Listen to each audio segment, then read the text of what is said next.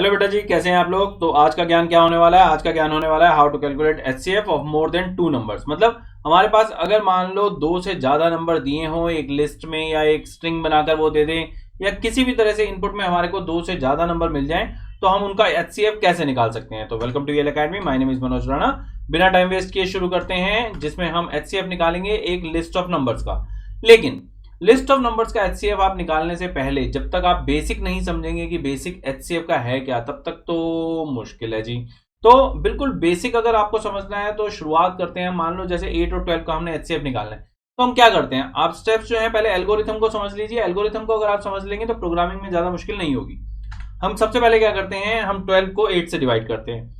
ऐसे में हमारा 12 जो है वो डिविडेंड होता है, 8 जो है वो डिवाइजर होता है। जब हम डिवाइड करते हैं तो ऑब्वियस है हमारे पास कोई ना कोई क्वेश्चन आएगा। क्वेश्चन से हम वहां पर देखेंगे कि क्या हमारे पास रिमाइंडर आ रहा है। लेकिन अब ये जो डिवीजन है, ये डिवीजन यहां पर हमारे को एचसीएफ कैसे देती है, इसके आगे हम कंटिन्यू करते हैं। कंटिन्यूएशन में होता क्या है, जो हमारा फर्स्ट स्टेप के अंदर डिवाइजर होता है वो अब हमारा डिविडेंड बन जाता है। अब फिर दोबारा से हम इसको डिवाइड करते हैं, डिवाइड करके फिर से हम रिमाइंडर निकालते हैं। अब जब रिमाइंडर हमारा 0 आ जाता है, तब इस पर्टिकुलर स्टेप पे जो भी हमारा डिवाइजर होता है उसे हम कहते हैं कि ये एचसीएफ है। तो आपको ये बेसिक जो इसके अंदर एल्गोरिथम है उसको समझना है कि आपने वहां पर डिवाइड करते रहना है। आपका जो भी डिवाइजर एक स्टेप में होगा वो नेक्स्ट स्टेप में जाकर डिविडेंड बनता चला जाएगा। जो आपका रिमाइंडर एक स्टेप में होगा वो अगले स्टेप में डिवाइजर बन जाएगा। और ऐसा आपने कब तक करना है, जब तक कि आपका रिमाइंडर 0 नहीं आ जाता। जिस स्टेप में आपका रिमाइंडर 0 आएगा, उस स्टेप में जो भी आपका डिवाइजर होगा वो आपका एचसीएफ हो जाएगा। तो ये आपको बेसिक नॉलेज जो है वो होनी चाहिए एचसीएफ की, तभी जाकर आप वहां पर प्रोग्रामिंग जो है वो समझ पाएंगे। तो अब चलते हैं जरा पाइथन में। तो जैसा कि हमने वहां पर फंडामेंटल्स के अंदर डिस्कस किया कि जो टोटल गेम है एचसीएफ की, वो हमारे पास 3 चीजों के ऊपर होती है। एक है उसमें डिविडेंड, एक होता है उसके अंदर हमारा डिवाइजर, और तीसरी चीज जो हमारे लिए यहां पर जरूरी है वो होता है हमारा रिमाइंडर। मैंने यहां पर जो वेरिएबल लिए हैं वो पूरे एक्सप्लेनेटरी हैं, मतलब पूरे पूरे नाम। आपको जरूरी नहीं है आप ए बी आर कुछ भी कर दो। मैं आपको यहाँ पर क्योंकि समझा रहा हूं तो मैं आपको यहाँ पर पूरे पूरे इस तरह से लिख लिख कर दे रहा हूं। हमने रिमाइंडर निकालना है तो हमारे को यहाँ पर रिमाइंडर ऑपरेटर जो कि मॉड्यूलो ऑपरेटर होता है वो यूज करना पड़ेगा। यहाँ पर हम डिवाइजर से अगर डिवाइड करते हैं तो जो भी आएगा वो रिमाइंडर आ गया। लेकिन जैसा कि हमने देखा ही है, हमेशा जरूरी नहीं है कि पहले वाले स्टेप में ही हमारा रिमाइंडर 0 आ जाए। तो इसके अंदर हमारे को एक वाइल लूप जो है वो रन करना पड़ेगा, और उसके अंदर हमें ये चीज चेक करनी पड़ेगी कि हमारा रिमाइंडर जो है जब तक 0 नहीं है तब तक ये वाला लूप चले। तो जब तक 0 नहीं है तो इसका मतलब नॉट इक्वल टू का मुझे यहाँ पर ऑपरेटर देना पड़ेगा, और उसके बाद यहाँ पर 0 जो है ये देना पड़ेगा। तो ये मेरा वाइल लूप यहाँ पर शुरू हो गया।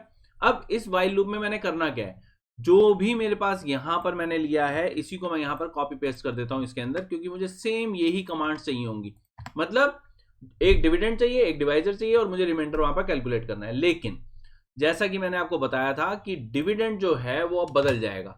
जो पहले वाले स्टेप के अंदर हमारा डिवाइजर होता है वो अब जो है वो डिविडेंड हो जाएगा, और जो डिवाइजर है वो पहले वाले स्टेप का रिमाइंडर होता है। तो ये चीज जो है ये हम यहां पर चेंज कर देंगे, और अब हम वहां पर रिमाइंडर निकालेंगे।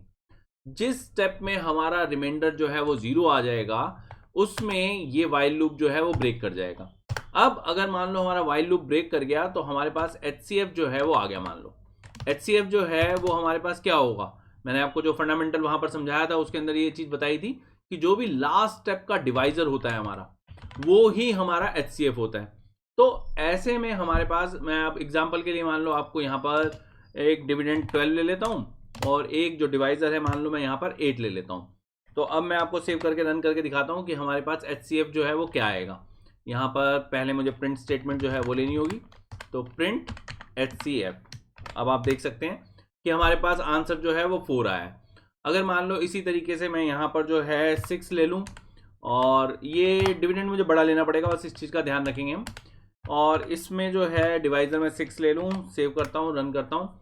आप देख सकते हैं मेरे पास 3 आ गया। तो एचसीएफ कैलकुलेट करना इतना ईजी है, लेकिन ये बात है सिर्फ 2 नंबर्स की। अगर हमारे पास लिस्ट ऑफ नंबर्स हैं तब हम क्या करेंगे, तो ऐसा करते हैं, इसको जरा हम आगे पुश कर देते हैं, और अब हम एक लिस्ट ले लेते हैं। लिस्ट के अंदर ये मैंने एल लिस्ट ली है, इसके अंदर हम नंबर्स ले लेते हैं जिनको भी हमने यहां पर कैलकुलेट करना है। मान लो अभी हम 6 और 9 ही लेते हैं, 9,6। अब यहां पर जो आपको सबसे पहली प्रॉब्लम आएगी वो ये आएगी कि कि आपको नंबर्स जो हैं वो आपको छोटा और बड़ा वहां पर देखना पड़ेगा, जो कि आपके बिल्ट इन मेथड के अंदर आपका एक सोर्ट मेथड है, वो अपने आप इस चीज को सोर्ट कर देगा। तो l.sort अगर मान लो हम करते हैं तो ये काम तो हो गया। अब हमारे को क्या करना पड़ेगा, अब हमारे को यहां पर जो डिविडेंड है वो हमेशा नेक्स्ट वाला नंबर चाहिए और डिवाइजर पहले वाला नंबर चाहिए, क्योंकि जब हम सॉर्टिंग करेंगे तो इंक्रीजिंग ऑर्डर में सॉर्टिंग होती है। तो ऐसे में जो भी हमारे पास L इंडेक्स पे 1 पे है ये, और डिवाइजर जो भी हमारा L इंडेक्स पे 0 पे है वो, ये हम ले लेंगे। तो ऐसे में दो नंबर अगर हमारे को मिलते हैं उसके लिए तो ये ओके रहेगा। मैं आपको दोबारा से दिखा देता हूं, सेव करके रन करके, और आप देख सकते हैं कि हमारे पास ये 3 आ गया। लेकिन यहां जो प्रोग्राम में प्रॉब्लम है वो सिर्फ ये है कि ये सिर्फ 2 ही नंबर्स के लिए काम कर रहा है। अब अगर मान लो यहां पर हम थर्ड नंबर जो है वो कोई भी दे देते हैं, मान लो मैंने यहां पर जो है ये 14 दे दिया, तो आप देखेंगे कि मैं अगर सेव करके रन करता हूं तो मेरे पास फिर से 3 आ रहा है, जबकि 14 का कॉमन फैक्टर 3 जो है वो तो ऑब्वियस है रॉन्ग है। ऐसा क्यों हो रहा है? क्योंकि ऐसे में सोर्टिंग के बाद वो सिर्फ पहले 2 नंबर जो है वो कंसीडर कर रहा है, जो कि गलत है। तो अब इसको कैसे सही किया जाए? अगर मान लो हमारे पास 2 से ज्यादा नंबर है तो उसको हम किस तरह से इस प्रोग्रामिंग में लाएंगे, अब उसकी बात करते हैं। तो हमें यहां पर क्या करना है, हमें यहां पर सबसे पहले नंबर्स जो हैं उनको लिस्ट में से निकाल लेना है। हमने जस्ट यहां पर जैसे इंडेक्स दिया हुआ है ये नहीं, बल्कि लिस्ट में से बाहर ही निकाल लेना है। तो अब ये बाहर कैसे निकालेंगे हम नंबर्स को, उनकी बात करते हैं। यहां पर हम ऐसा करते हैं, जो भी हमारे पास नंबर है यहां पर हमने l.pop ये कमांड जो है वो ले ली।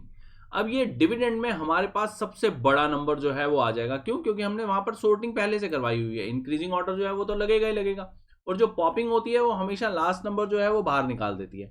तो हमने ये कर लिया। अब डिवाइजर में हम अगर मान लो l.pop फिर दोबारा से ये कमांड यूज करते हैं, तो अब ऐसे में सेकंड लास्ट नंबर जो है वो यहाँ पर पॉप होगा, जो ऑब्वियस है। अगर मान लो इंक्रीजिंग ऑर्डर में होने के कारण हम देखें तो छोटा होगा डिविडेंड से, तो हमारा काम तो यहाँ पर हो गया। लेकिन अब यहां पर जो हमारा HCF आएगा वो वाला HCF हमारा फाइनल HCF नहीं होने वाला, क्योंकि अभी हमने सिर्फ 2 नंबर का HCF निकाला है। तो ये जो प्रिंट स्टेटमेंट है इसको तो हटा देते हैं। अब जो हमारे पास ये HCF है, इस HCF को हमारे को लिस्ट में वापस अपेंड करवा देना है। तो हम यहां पर अपेंड करवाते हैं, और अपेंड में क्या होगा, ये वाला HCF जो है बिल्कुल लास्ट में जाकर ऐड हो जाएगा। अब ये लूप जो है इसे हमने बार बार रन करना है। कब तक? हमने तब तक रन करना है जब तक कि हमारे पास लिस्ट में सिर्फ एक ही नंबर ना बच जाए। जब वो एक नंबर बचेगा तो वो ये HCF ही होगा, क्योंकि लास्ट में जो ब्लैंक लिस्ट होगी उसके अंदर एक HCF ही अपेंड होगा। तो यहां पर हमें वाइल लूप रन करना पड़ेगा, क्योंकि हम कंडीशन दे रहे हैं। तो वाइल लूप के अंदर हम क्या करते हैं, जो भी हमारे पास लेंथ है लिस्ट की वो चेक करते हैं। जब तक ये 1 से बड़ी है, तो यहाँ पर ग्रेटर देन 1 जो है वो हमारी कंडीशन हो गई। जब तक ये 1 से बड़ी है तब तक ये वाला लूप जो है वो हमने रन करना है। इसे हम फॉर्मेट में जाके इंडेंट कर देते हैं ताकि ये बिल्कुल सही सही काम करे। और लास्ट में जब भी ये हमारे पास वाइल लूप से हम बाहर आएंगे तो हमारे पास जो भी एलिमेंट होगा उस लिस्ट के अंदर वो हमारा फाइनल HCF होगा। मैं यहाँ पर लिख भी देता हूँ आपको, थोड़ा सा एक्सप्लेनेटरी हो जाएगा। जो भी आपके पास एक एलिमेंट बचेगा, ऑब्वियस है एक एलिमेंट होगा तो वो 0 इंडेक्स पे बचेगा, तो ये आ गया। और यहां पर अब हम प्रिंट करवा देते हैं जो भी हमारा फाइनल HCF है, ये HCF। अब जो भी हमारे पास नंबर्स हैं वहां पर, अगर मान लो मैं यहां पर ये नंबर इस तरह से ले लेता हूं, इसको थोड़ा सा अच्छा बना देते हैं। HCF जो है वो हमारे पास 3 है तो उसको 3 रहने देते हैं, या फिर पूरे नंबर ही मैं आपको चेंज करके दे देता हूं ताकि आपको ये ना लगे कि हाँ ये 3 तो पहले भी आ रहा था और 3 अब भी आया है तो चेंज कैसे हुआ। तो यहाँ पर ऐसा करते हैं, हम 8 ले लेते हैं, 6 ले लेते हैं, 12 ले लेते हैं और 4 ले लेते हैं। तो ये 4 नंबर हो गए, काफ़ी हैं। अब मैं सेव करके आपको रन करके दिखा देता हूँ, और आप देख सकते हैं कि हमारे पास यहाँ पर 2 आया है जो कि HCF है इन चारों नंबर्स का। अगर मान लो इसी तरीके से हम मान लो यहाँ पर लेते हैं 25 ले लेते हैं, 625 ले लेते हैं, 125 ले लेते हैं, और अब इसको सेव करके रन करते हैं तो आप देख सकते हैं कि हमारे पास यहाँ पर 25 आया है, जो इन तीनों का यहाँ पर HCF होता है। हाँ, इंक्रीजिंग और डिक्रीजिंग ऑर्डर से कोई फर्क नहीं पड़ेगा, ये भी मैं आपको शो कर देता हूँ। मान लो हम यहाँ पर पहले 80 लेते हैं, फिर हम यहाँ पर 100 लेते हैं, और फिर हम यहाँ पर 20 लेते हैं। सेव करते हैं, रन करते हैं, और आप देख सकते हैं कि हमारे पास ये 20 आ गया। तो आप देख सकते हैं कि हमारा जो प्रोग्राम है वो परफेक्टली काम कर रहा है। होपफुली आपको समझ में आया होगा बच्चे। मिलते हैं नेक्स्ट वीडियो में।